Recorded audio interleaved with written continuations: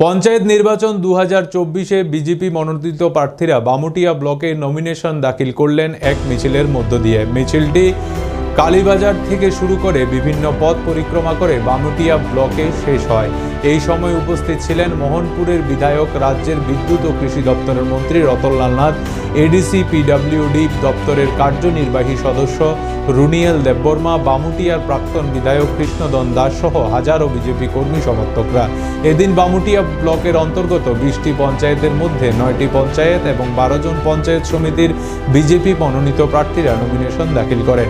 এই সময় মন্ত্রী রতনলাল নাথ সংবাদ মাধ্যমের মুখোমুখি হয়ে বিস্তারিত প্রতিক্রিয়া ব্যক্ত করতে গিয়ে বিরোধীদের নমিনেশনে এসে বাধাপ্রাপ্ত হওয়ার অভিযোগে তীব্র সমালোচনা করেন। আমরা 16 তারিখেও কিছু মনোনয়নপত্র বামুটিয়া ব্লকে জমা দিয়েছি। আজকে শেষ দিন।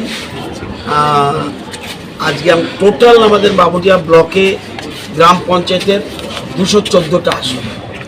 214টা আসনের মধ্যে আমরা বিজেপি তীব্রমতা যৌথভাবে আমরা লড়াই করছি এবং 4টা আসন আমরা তীব্রমতাকে দিয়েছি এবং ঐক্যবদ্ধভাবে আমরা লড়াই করছি।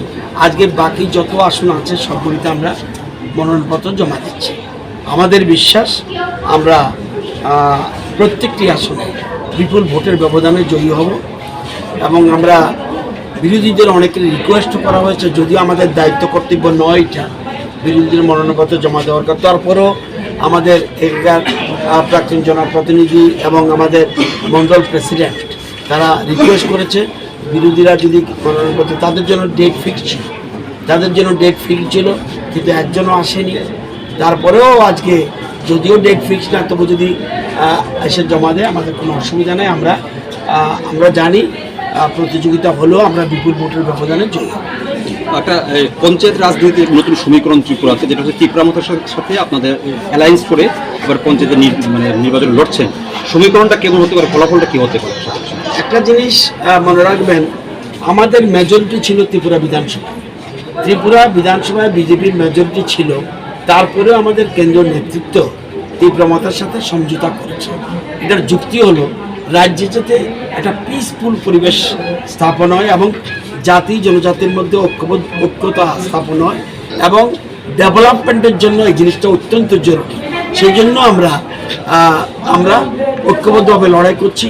যদিও নন ট্রাইবাল বেল্ট এডিসির বাইরে তাদের সমর্থক কম, তবুও আমরা এটা গুড গেস্টার, অর্থাৎ আমরা যেহেতু মন্ত্রিসভায় আছি আমাদের দায়িত্ব কর্তব্য তাদের নিয়ে একসাথে আমরা লড়াই করা, এটাই আমরা করছি।